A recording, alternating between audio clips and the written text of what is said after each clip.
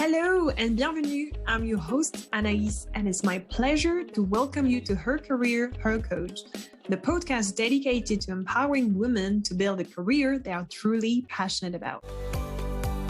I'm so glad you're tuning in, dear listener, to another episode, yet expect today's guest story to take you to uncharted territories. Or at least that's what happened to me when Diane shared more about her career journey that led her to where she is today. And I'm not going to say more than that because we will unpack everything in today's episode. Diane, welcome. It's a pleasure to have you. Thank you, Anaïs. Thank you. It's a pleasure to be here. I'm excited. Me too. All right. I'm going to ask the question that I ask to everyone, which is all about introducing themselves. I'm curious to see what comes up. So tell us more about you and who you are. Okay, so in a nutshell, I was born in France from two French parents, and very early on, I had the luxury, I'd say, to go live in China. And when I came back to France, I felt this deep restlessness, and I wanted to explore the world. So the first chance I got, which was when I turned 17, I left for Canada as an exchange student in a prestigious university called McGill University. And I actually transferred there, and from there, my life became a big journey, and I had the opportunity to study in Switzerland in a hotel school, hospitality school. Then I went to do my internship in Spain. I got my first job in Egypt, and then I went back to Canada to do my first master's and my second master's at McGill again. And most of my working career was actually happened in Canada, where I went from companies like Sephora or Ritz-Carlton, like some very, very prestigious companies. And that was mostly at the beginning of my career, because there was this understanding that, for me, at least the way I was raised, I was understanding that the company is what is important. And then within the company, you can sort of find the position that best suits you, which is sort of what I did both in Ritz-Carlton, where I was VIP services. We call that guardian angel in Ritz-Carlton. And in Sephora, where I was selling perfume because I wanted to start from the bottom. And then I became a recruiter. And something particular in my career is that I think it was mostly because I was raised in the Montessori school, which is a peculiar way of being taught things where you're very autonomous and you're given one task and the time, and it's up to you, however, which exercise you want to start with first. It developed a lot of autonomy inside of me, and I did the same at my work, so that I was very lucky to be trusted by many of my superiors, and I always had like carte blanche. After a while in a company, they would always be like, okay, you seem like you know what you're doing. I trust you on this file or this project.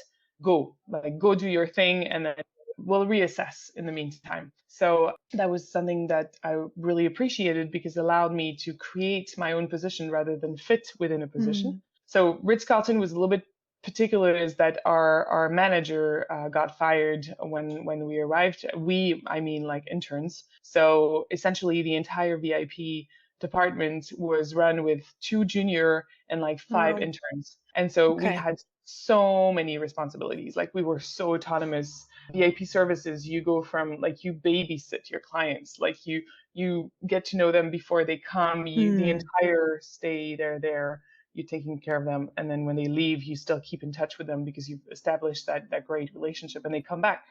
Let me stop you there. Yes, of course. Because you are already saying way too many things that I'm like, okay, no, there's just too much going on here. So we're going to stop with you looking after and babysitting your clients at the Ritz-Carlton. But before we go back there, I'm just in awe of just hearing your story, in the sense that, first of all, the takeaway I have is very much an international uprising, and I guess curiosity from your side as well, to be like, I can't just stay in France. I have to explore different cultures. I think I've counted 5 at least countries from what you've mentioned, which I'm sure there's more. China, Canada, I think Switzerland, Spain, and obviously France, right? Yes. The one thing that I'm taking away from what you said is, when it comes to the companies, you were either raised or influenced by the fact that, like you were saying, you will find a company, and then within the company, you'll find something that works for you. Yes, essentially, it's more like the way I was taught things is like find a place that whose values, or find a company whose values matches yours. And Okay. then within that frame, you'll be able to find whatever position. Because it's sometimes people go, most of the time, because I was a recruiter, people will go for a position, like they want a special position. They don't care about the company. And then they Mm, go to that position and they realize the company's culture is not in line with their culture. And yeah. so, yes, they got the dream job, but that dream job is Paris, like it's hijacked by all these things because the culture doesn't match. Yeah. So this was what I was taught implicitly. It was just like, just find a Mm. name that you identify with, and then you'll be able to grow within that name because the core will be the same. That's really interesting. I think it's a different way of looking at things because you mentioned two things which are very important. You've mentioned the company, the name, like you said, that you identify with, but also the values. Because I feel like sometimes a lot of people get stuck on the name only, not necessarily do the work of realizing whether or not it matches with their values. In your case, you're mentioning the combination of which I think is really important. And like you said, it can prevent following a job for the sake of following a job and ending up in an environment, in a culture that just doesn't match with yours. Very Yes, interesting. and this is what the one time I did that was when I was hired in Egypt because it Mm. was a friend of mine. I didn't know the company culture. It was not something known. It was like a private owned, like his dad owned like 5 hotels and a company of tourism, like a tour operator. Mm-hmm. And we met in school and we had many projects together and we worked quite well together. And he hired me there. And I realized that, well, nothing was matching. I was a young woman speaking French, English, and Spanish. And most of our staff were older men who spoke Arabic, Italian, Russian, like we couldn't even speak to one One another. language. Wow. Okay. You Yeah, speak like many between the all of us, but not one together. yeah. And so I Yikes. asked for Arabic lessons and obviously like I'm human. So first of all, my like they came very late within my experience in Egypt. And even the Arabic I was learning, it was more conversational Arabic. Like I couldn't reach out to people I was supposed to manage. And that experience for me was an awakening. And I got Mm. laid off for many, many reasons. I got laid off. The official reason was that it was starting to be the Arab Spring, what would become later Arab Spring. And in Right. our hotel, the president had his house, like Mubarak had his house in our hotel. So he was considering fleeing Cairo to go to Sharm el Sheikh. So that's the official reason they laid me off. But I think the unofficial reason was that I was immature in a context that required a lot of maturity because I had none of the tools necessary to do the job. Mm. So it was very interesting. That was something I wanted to talk about, like the challenges that I faced in my career. That challenge within itself, like understanding the importance of finding context, a culture, a pulse where I'm going to be able to grow rather than fight against the current because I don't have the tools or I don't have the code, I don't have the language that's spoken in the company. Well, I learned that through my experience in Egypt because everything else Mm. flowed. And the one time I didn't do my due diligences, it was a blow. Like I thought I was going Yeah. to launch my career and then I went back to nothing. And I remember coming at the airport from Egypt and just seeing my dad and just crying because I felt like I had Mm. lost everything.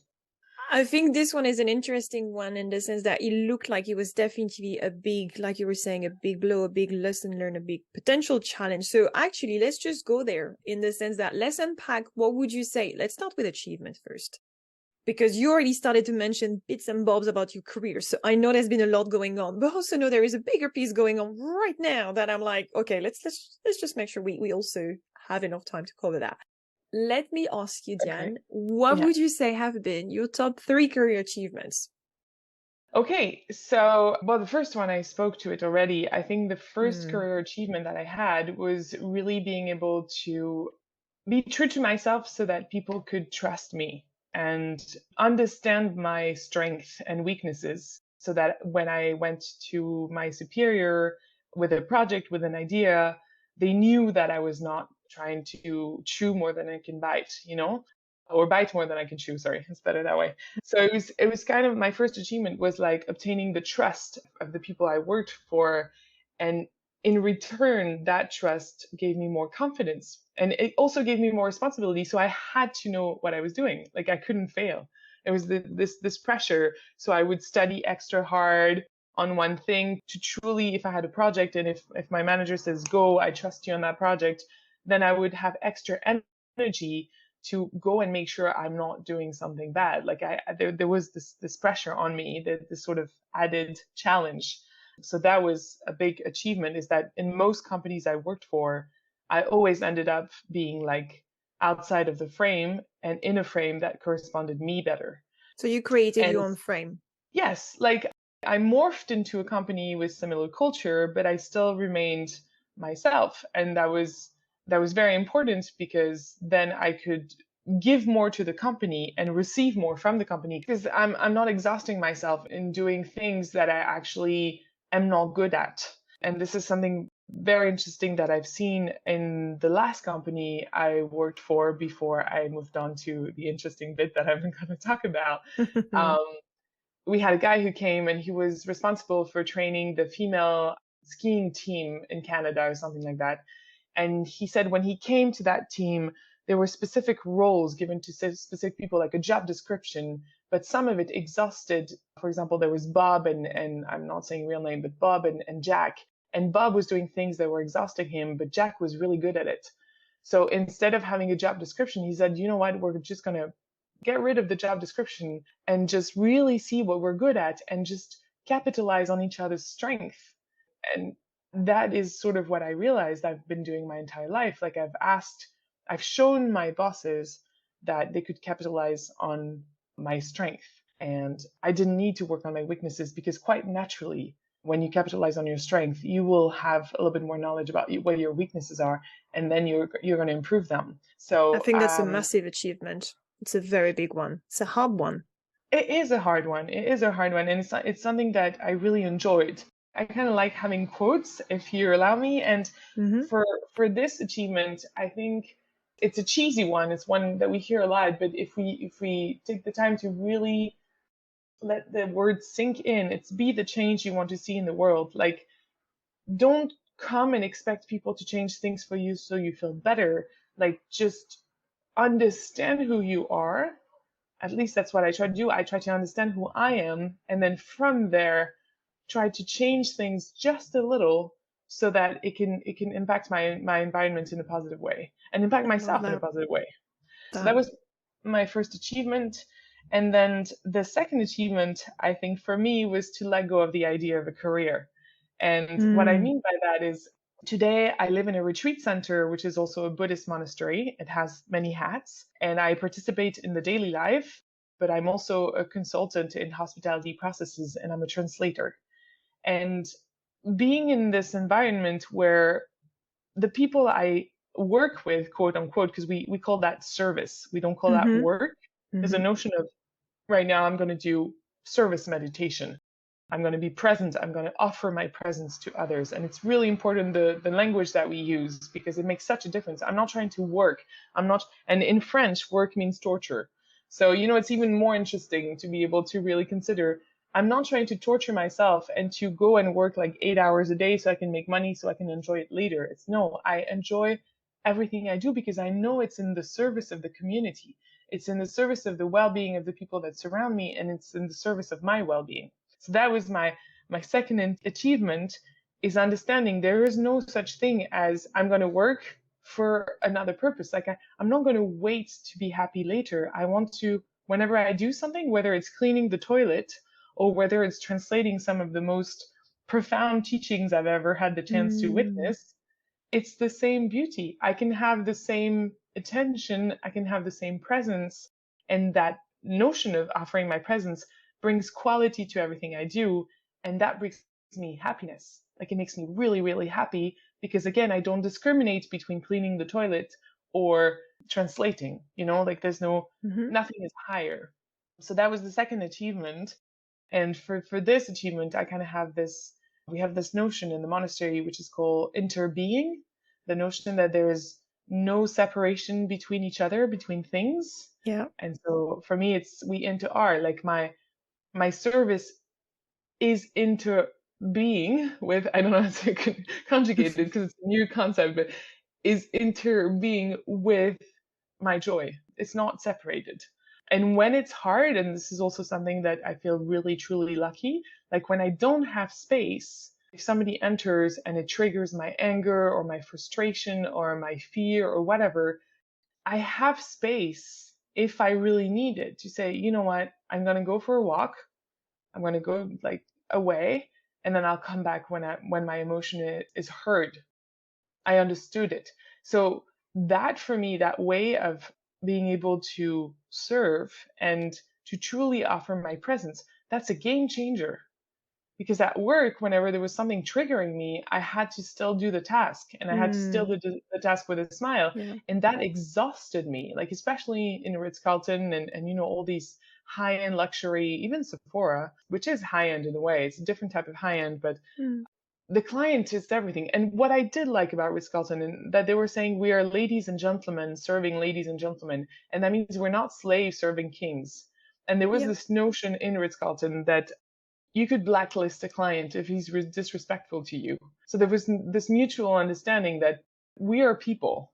And I really, really enjoyed that. And that was kind of my first high-end experience. So it stayed with me. It's like, I'm going to offer you everything I have, but we still have this mutual respect, which is really important. So to go back to that space in the monastery, to be able to say, even just to go to the bathroom, like sometimes you're in front of someone that doesn't know, like I'm in front of someone that doesn't know really how we practice in the monastery. So I just say, you know what, I need to go to the bathroom. And I go to the bathroom, and on my way to the bathroom, I practice walking meditation.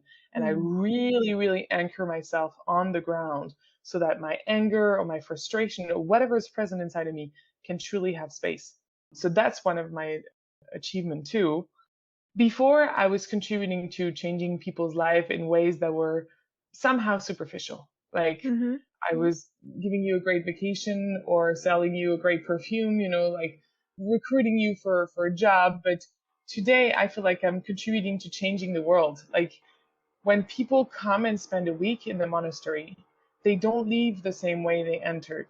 Like I've never seen anyone leave the same way they entered. And me being able to contribute to that life, because I don't directly give teachings, I cook food and I clean the toilet, but being part of this life that we explore, that we built together in the monastery, for me, I see the impact on the world.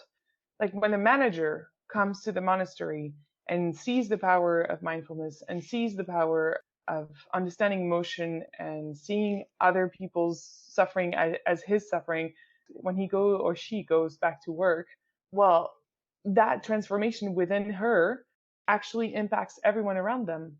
Like it impacts their family, it impacts their coworkers, it impacts their superior, so I feel like by being in this monastery, which it's not an obvious choice, I can contribute to changing the world. And very recently, we had a retreat for 18-year-olds until 35-year-olds, and within that retreat, there was a young group of Palestinian, and they came. And what we did is that we also asked anyone who was Jewish, not necessarily Israeli, but Jewish, to actually come and practice, and we opened that space for them where they were able to share the suffering, understand each other's suffering, and then transform it. And at the end of that week, they were hugging each other, they were dancing each other's like traditional dance style. And this is the change I want to be part of. And at the monastery, we have the idea that your suffering is my suffering and your joy is my joy. And I cannot be happy if all the people around me are miserable. That's not, it's not going to be true happiness, because I will be confronted to what people around me are going through. And so being able to reconnect with the idea of a whole rather than I'm alone, first of all, it contributes to not feeling as lonely as I did in the past, where yes, I was a super achiever, but I felt like the weight was on my shoulder.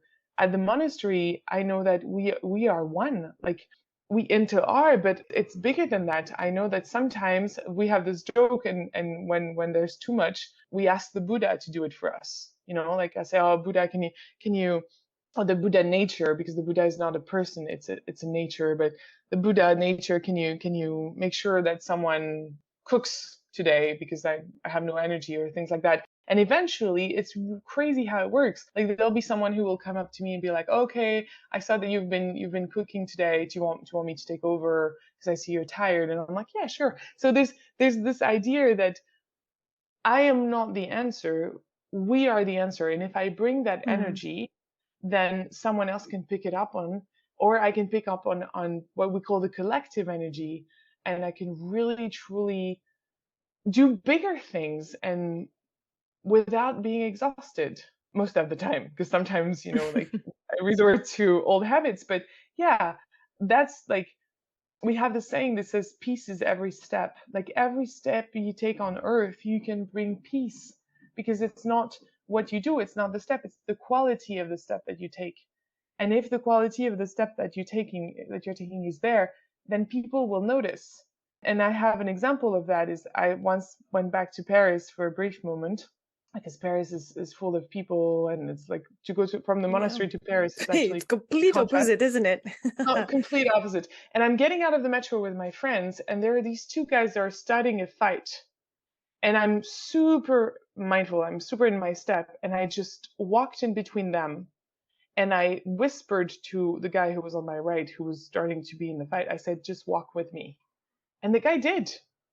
And because I had this solidity, and it was crazy, my friends look at me like, "Yo, you're Jedi." And it was funny, but because I had this solidity and this strength, and I was just walking mindfully, the peace in my step inspired him to walk away. Mm. I will never know whether or not if I hadn't walked in, he Mm. would have fought or he would have walked away. But that's the result that happened, because I was mindful, I was present, my steps were peaceful. And it does have an impact on people around. So that's my third achievement is I really feel like I'm contributing to making a better world just by cleaning toilets. Like it doesn't have to be big or translating it. I don't even have to create anything. I'm not creating content. I'm just using my gifts at the service of the community. So yeah.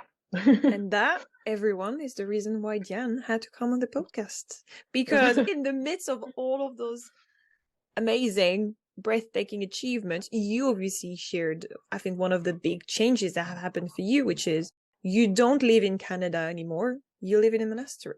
And you live a Yes. life, like you were saying, which is very much aligned with your gifts, where you feel like you have find your purpose in the sense that you're making an impact, you're contributing to a better life, not just to the people around you, but even the people who come to monastery on a temporary basis as well, right? It's amazing. Mhm. So I got laid off twice in my life. The first time I talked about it, it was in Egypt, and it was Yep. in 2010. And then I got laid off again during COVID in 2020. Mm. And the reason I got laid off during COVID is that by then I had achieved like a very nice career where I could work remotely from anywhere in the world. And I was a consultant for marketing recruitment strategy. So in Canada, the rate of unemployment is really, really low, Mm. especially in certain industries. So employers are fighting to get the right talent. It's this notion of like, get the right talent, get the right talent. Mm. So there are solutions like LinkedIn Recruit, which is costs something like $2 million Canadian dollars per year Wow. to have like it's so that's what I was doing. And to be very honest, I was like creating a basket, a little bit, a basket of solutions. So like my clients would tell me, okay, so I have to recruit 400 people I want 400 drivers for this year, and I want this one very specific position in accounting. And I want this guy who's I need 50 lumberjacks. Like there were very specific jobs, and I would within their budget, I would create Mm. like a solution that would allow them to use all their budget efficiently to get visibility, whether it was like going to get people at their job or whether it was like posting an ad in a newspaper because people in like up north Canada, when you want lumberjacks, you're not going to go on LinkedIn. So it was that idea. And it was stimulating. I was in an environment. I was working for Illico Des, which is a company that doesn't exist anymore because we were sold. And it was funny because I remember at the time, my boss, who was into Buddhism, had bells of mindfulness every 15 minutes. So we would be in a meeting, and every Mm. 15 minutes it would be a ding, and we had to stop. And I thought it was ridiculous. Like I thought it was just, I was like, we're wasting time. And it's really funny because now in the monastery, we have bells and mindfulness and we all stop for the bell. And it's actually really enjoyable because when Yeah. you are in the midst of a conversation and you just have that ding and you're like, ah, I can come back to myself. I'm In safe. this context, that makes sense. Yeah. Also with work now, because we do have meeting sessions, and you get carried away in your thoughts. So just to have a bell is you can come back to your body and see, is there tension? Oh, I'm actually a bit tense. Why am I tense about this topic? So the quality of the meetings that we have is way deeper. It's more transparent. I can see, oh, well, like I'm having fear about this, but this is my fear. There's no reason to fear. And then I can let go of that idea I was so attached to. So it's a really nice way of working. But to go back to illico Odes and that job that I was having, I think it was the same thing. I loved my boss. We're like sisters. We're still friends. And at some point I told her my father was 80 at the time or something. No, 83. And I wanted to go to France and be able to spend 1 month with him, like Hmm. with him and my mom, because I wanted to be able to work remotely. I had done so for Sephora for 3 or 4 years. I was working from my home because I had a job that was very different. So there was no office for me. So I was using my own computer, my own phone, working from home. So I was very much used to the discipline that it requires to work from home. And when I joined Illico Odes, even though I would cross the street and the office would be there, I was so used to the quietness of my home and the Hmm. quality of my concentration was bigger. And so I asked her, can I go work remotely in France? And she was like, okay, we're going to try. So we tried for 2 weeks and it worked very well. It actually allowed me to, because it was changing the time I would work during the day. So Yeah. I realized I needed less vacation because it was in itself a change. Hmm. And then little by little, I really didn't like the winters in Canada. It was lonely for me. I've been single for a very long time. In the winter, most people have a partner.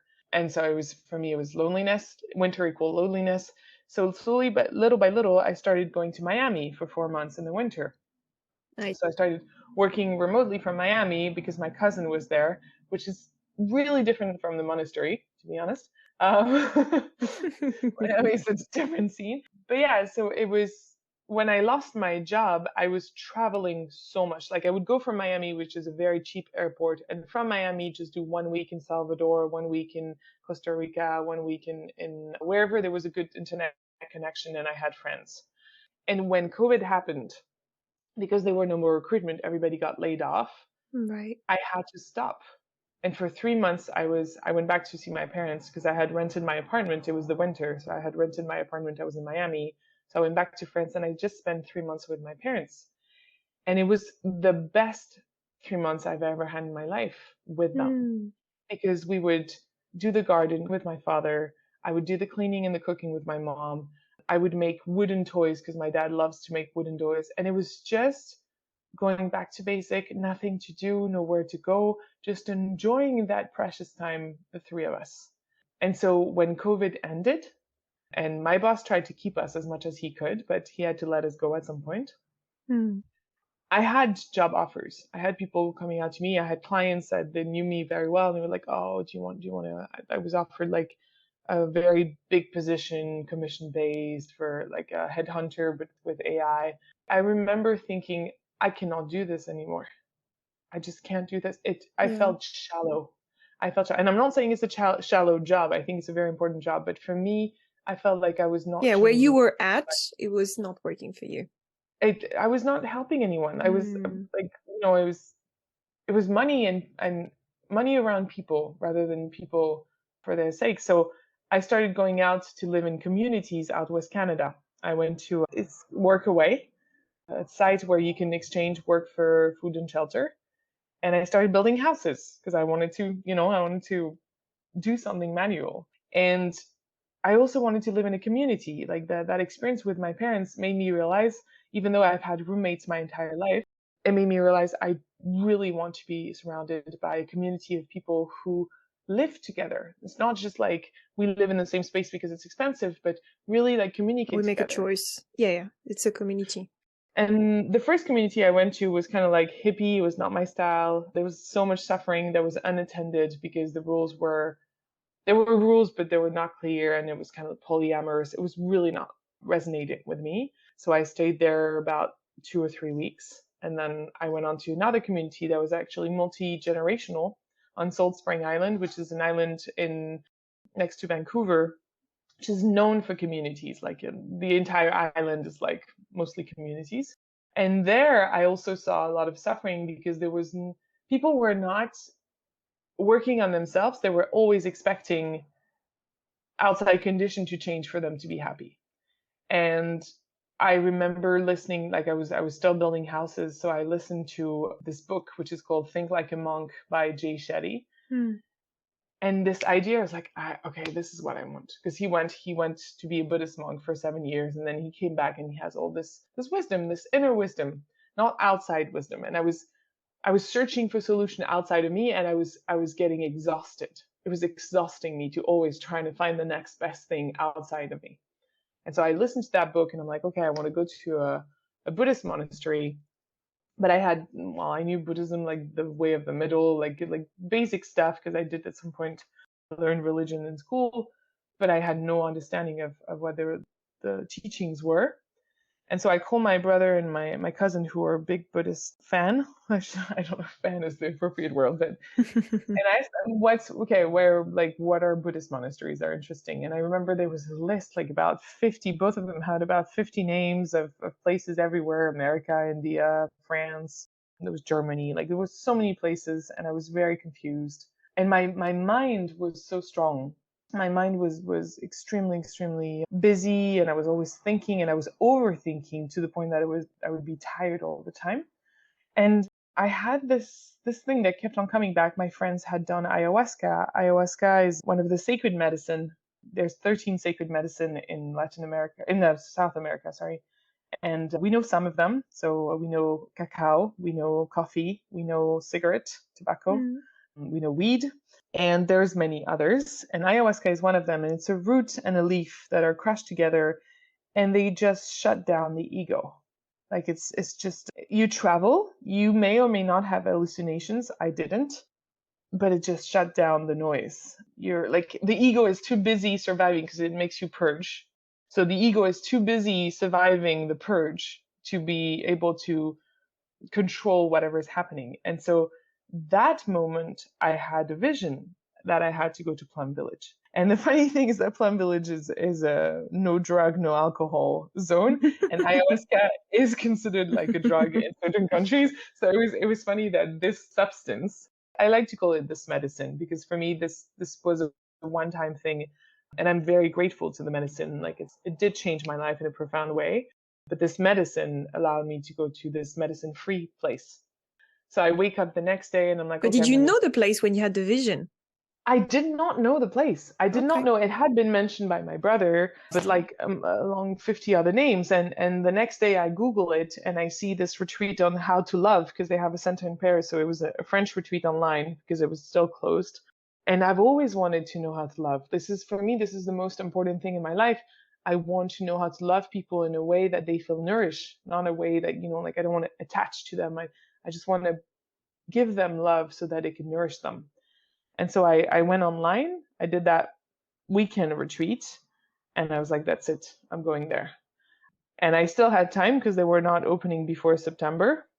And so in between, I went to Senegal to continue the farming, to continue the building houses, and to continue understanding what does it mean to live in a community. So Senegal I actually went to Dakar and Casamance, which are two different regions. And Casamance is still feudal. Like they still have 3 powers in the villages. They have the animistic power, the religious power, and then they have the state, like the mayor, so the state power. And to see that was very interesting, to see those communities, how they're organized, how they work together, because it's truly a life that they live to. It's a bit of the same as the monastery, except it's organic, like it's been done that way for generation and generation in Senegal, whereas in the monastery it's been created 40 years ago. And it nourished me so much to see what it feels like when the door is open. And I had that in China, so it allowed me to realize I went from knowing my neighbors, having a community. My mom always having extra food in case someone was coming over, because we didn't have cell phones when I was there were cell phones, but we didn't have any when I was in China. They were very advanced. And I went from this sense of being bigger than myself, to come back to France in a big city, because I lived in Lyon, and back then it was the second biggest town of France, where I didn't even know my neighbors. Sometimes they didn't even smile at me. And I would go into the street, and there was this guy who showed me his naked bits, and like the contrast of like being super not necessarily safe. They were kids, and we were fighting and things like that. Connected. But being connected, exactly, to being disconnected, and trying to find the next best work, the next best job, the next best vacation, to just numb the pain of being disconnected.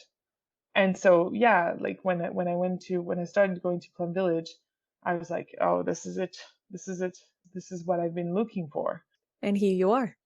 And here I am. I would say the sentence I wanted to use to sort of summarize that big experience I just shared with you, it's a calligraphy from Thich Nhat Hanh, which says, "The way out is in." And I think for me, when I understood that, and if I give a small example of that, there was a figure I loved when I was a child. I went to South Africa for a month, and Madiba, his name is also Nelson Mandela, was a man who was so tall that when he lay down in his cell, he couldn't fit. He was too big to lay down in his cell properly, comfortably. Yet in that environment, he found true love, he found compassion, and he found happiness and joy. And that man, the idea that a man who went through all that he went through could overcome that. I'm not saying he didn't do harm, like that's not what I'm saying, but he was happy, he was full of love and compassion and forgiveness. I was like, okay, this is what I want to do in my life. I want to be able to generate within, instead of waiting for outside to be one thing. Like I don't want to wait anymore. So yeah, well, thank you for not waiting. Thank you for following your path, and thank you for sharing it with us, Diane. This was a special, obviously, one where we didn't went through like the classic, even though we started with your achievements, obviously you took us on a journey, and I'm glad that you did, sharing more about what led you to where you are today. And I think hopefully everyone listening to this, you'll feel inspired and empowered to tune in with yourself and to listen to that voice of yours, or to find ways like Diane did to actually reconnect should you feel disconnected.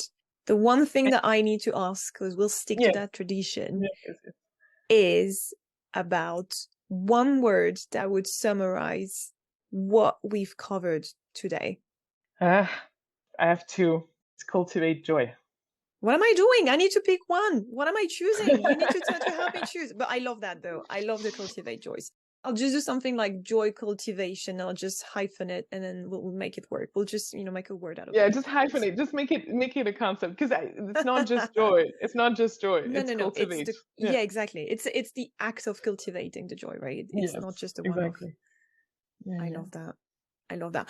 Along the way, obviously, hearing your story, there are so many, and through the quotes that you've used as well, there were so many particular takeaways that I personally will keep in mind when it comes to reconnecting with yourself, or if it's not reconnecting, just staying true to yourself. And like you were saying, carving a path. Don't necessarily wait for the outside world to make something work for you, which I think you are true embodiment of.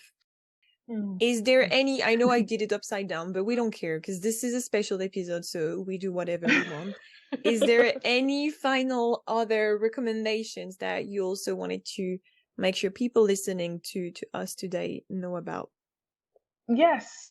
I think for me, the concept that got me lost so much, I was trying to apply to myself and to my life things that had worked for others. And this can work in anything. It can work in a romantic setting. It can work in a family setting. It can work in, if you are in the present moment, if you truly dwell, we say dwell in the present moment, you will find the solution to your question. You will find the answer. And you don't have to wait for others and follow other models. You don't need to read the entire literature on how to be happy. You don't need to read the entire literature on how to date or how to raise your child. Like, there's so much confusion today because people can argue A or Z fully, like very strongly, and people get lost. Like, especially for children, I think of that. I've seen mothers like try to apply a method to 3 different individuals that needed completely different things. Yeah. So to be able to practice being in the present moment, and it's very simple in theory, it gets harder because Yeah, we it's were not hard. Yes, raised super that hard. way. We were not raised. But if you retrain yourself and you just breathe when you have a child that annoys you, or you just breathe when you have a partner that doesn't answer you, you'll find within the very best answer that can take you exactly where you want extremely quickly.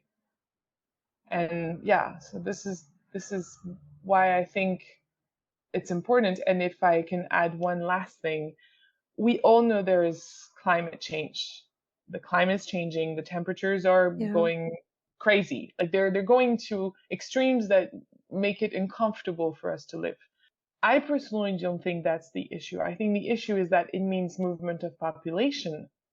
And so when you get more and more and more people around you, and I saw it, the difference between France, where France is overcrowded, and in Canada, when you can walk in the street, extend your 2 arms and touch no one for kilometers. We get aggressive when we feel that our space We're is limited. surrounded. Yeah. Yeah. Yes. And with mindfulness, you touch the cosmos. The space inside of you is unlimited. So if you practice mindfulness and you get that spaciousness inside of you, then it won't matter how many people are coming, like immigrating or moving, or like, it won't matter how many people you share your room with. Like, we share rooms in the monastery. Everybody shares a room in a monastery, and this is hell for most Western people, but it's normal for the rest of the world. Like in Senegal, I saw mom sharing rooms with their son, or sharing the bed, at least they don't sleep at the same time. But so, that idea of me space creates a lot of suffering. It creates so much suffering. So if you can practice, whether it be Buddhist mindfulness or any other way of being mindful, it doesn't have to be Buddhism. It can be anything that is calling you. But if you find that spaciousness inside of you, there's very little fear that will be able to reach you. And it's a practice. It's not something that you get and then it's done. It's not a degree. It's not a diploma. It's something that you have to renew every morning. We have a morning saying, we say, this morning I smile. I have 24 brand new hours to take me on this day. I vow to live mindfully and have compassion towards people. And this is what we recite every day. And just reciting that in the morning, already your day is better. Already you have this little bit of achievement. You smiled. And anyway, this is a longer discussion, but this is what I wanted to share, because yes, there's the workplace, but there's also the environment we live in, and it is scary. Like, people make it even scarier.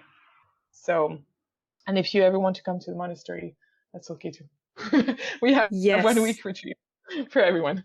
So yeah. Exactly. I love that. Well, Diane, thank you once again. This was a My very, pleasure. very Thank special you. one. So I already feel slightly more connected than I was before starting this conversation. Just hearing you, just hearing everything that you went through, but everything that you do consciously, like you're saying, that you're doing every day. So thank you very much for coming. My utmost pleasure. It's an honor. I'm very grateful that you reached out to me and that you gave me that space. And yeah, I wish everybody a wonderful day. If you've enjoyed this episode, don't forget to subscribe and share it with anyone you believe would benefit from hearing it.